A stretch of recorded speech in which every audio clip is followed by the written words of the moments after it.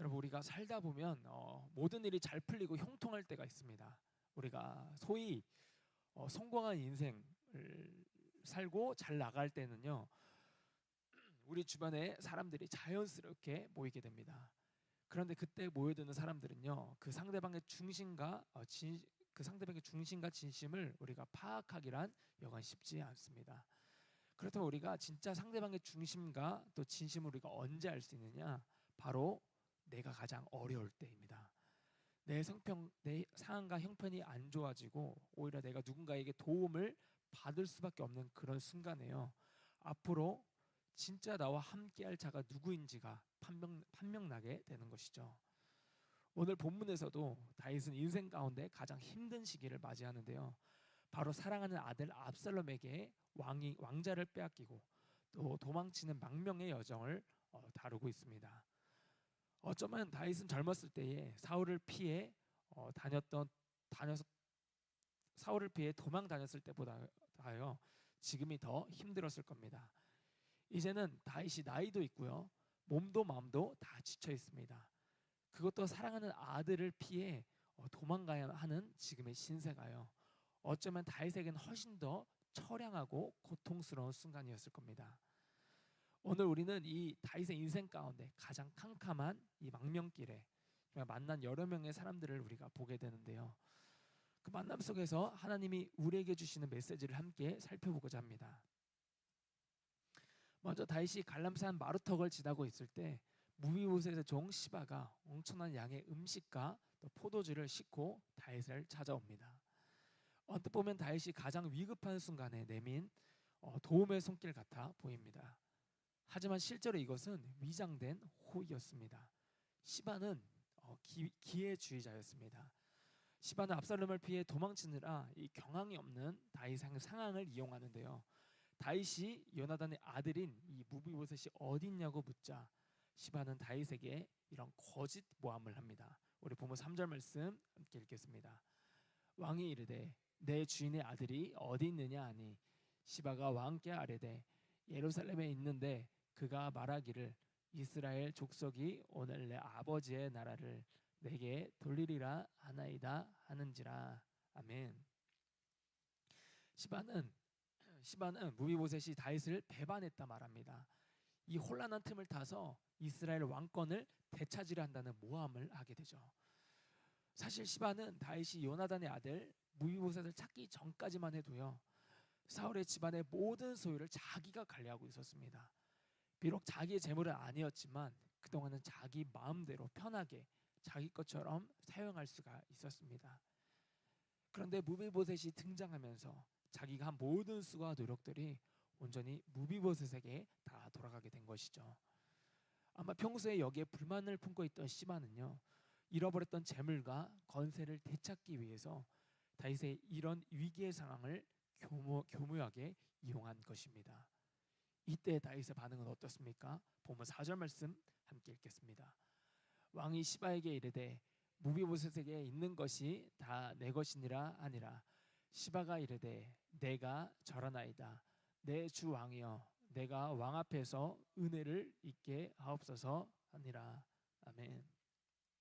지금 아들에게 이 쫓기는 두려움과 이 심리적 압박감 속에서 다윗은 올바른 판단과 결정을 내리지 못합니다. 양쪽의 이야기를 다 들어보지도 않고 무비보셋의 모든 재산을 시바에게 그냥 넘겨버리는 성급한 결정을 내리게 되죠. 우리도 마찬가지로 이런 고난의 때일수록 또 힘든 순간일수록 우리 곁에 다가온 이 손길을 분별할 수 있는 안목이 필요합니다. 이 사람이 나를 정말 진심으로 돕는 것인지, 아니면 나의 어려움과 이 급박한 상황을 이용해서 어떻게든 자신의 이익을 취하려는 자인지를 우리가 구별해야 한다는 것이죠. 아무리 급박한 순간이라도 한쪽 이야기만 듣고 결정을 내리는 것은 위험합니다.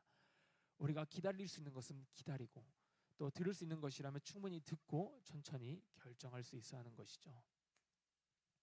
이제 다윗이 바후림이라는 곳에 이르렀을 때에는요, 사울의 친족 또 시므이를 만나게 됩니다. 이때 시므이는 다윗을 향해 또 그의 신하들을 향해 돌을 던지며 이런 저주를 퍼붓습니다. 우리 보면 7절과 8절입니다. 시므이가 저주하는 가운데 이와 같이 말하니라. 피를 흘린 자여, 사악한 자여, 가거라 가거라. 사울의 족속의 모든 피를 여호와께서 내게로 돌리셨도다. 그를 이어서 내가 왕이 되었으나 여호와께서 나라를 내 아들 압살롬의 손에 넘기셨도다. 보라, 너는 피를 흘린 자이므로 하를 자초하였느니라 하는지라. 아멘. 여기서 시므이가 말하는 내용을 우리가 자세히 보시면요, 사울 족속의 모든 피를 여호와께서 내게로 돌리셨도다. 아마 다윗이 사울의 아들 이스보셋과 군대장관 아브넬을 죽였다고 단단히 오해를 하는 것 같습니다. 사실 그들은 다윗이 죽인 것이 아니었음에도 불구하고 시므이는 자신의 선입견과 또 인간적인 오해로 다윗을 정죄하고 있습니다. 이 말을 듣고 분노한 다윗의 부하 아비새는요, 당장 저 시므이의 목을 베어버리겠다 나섭니다. 이것이 어쩌면 당연한 반응이죠. 자기가 모시는 왕을 저렇게 대놓고 모욕하고 저주하는데 어느 신하가 좋아하겠습니까? 그런데 여기서 다윗은요, 시므이를 당장이라도 쳐서 죽일 수 있었지만 그렇게 하지 않습니다. 여기서 다윗이 왜 위대한 왕인지를 우리가 알 수 있는데요, 다윗은 이런 놀라운 반응을 보입니다. 보면 10절과 12절의 내용입니다. 왕이 이르되 스루아의 아들들아, 내가 너희와 무슨 상관이 있느냐? 그가 저주하는 것은 여호와께서 그에게 다윗을 저주하라 하심이니 내가 어찌 그리하였느냐 할 자가 누구겠느냐 하고, 또 다윗이 아비새와 모든 신하들에게 이르되 내 몸에서 난 아들도 내 생명을 헤아려 왔거든. 하물며 이 베냐민 사람이랴. 여호와께서 그에게 명령하신 것이니 그가 저주하게 버려두라. 혹시 여호와께서 나의 온통함을 감찰하시리니 오늘 그 저주 때문에 여호와께서 손으로 내게 갚아 주시리라 하고. 아멘. 다윗은 자신을 변호하거나 또 억울함을 호소하며 싸우지도 않습니다. 다윗은 이 시므의 저주를 인간적인 모욕으로 받아들이지 않고 오히려 나를 징계하시고 낮추시는 하나님의 음성으로 들었습니다. 사람에게 화를 내거나 복수하지 않고 하나님께서 지금 저 사람을 통해서 지금 나에게 말씀하고 계시거나 그렇게 겸손하게 들었다는 것입니다. 아마 너 자신의 이 마음을 몰라주는 억울한 순간에도 다윗은 사람을 원망하지 않습니다. 하나님이 다시 회복할 때를 기다리며 그저 겸손히 엎드립니다.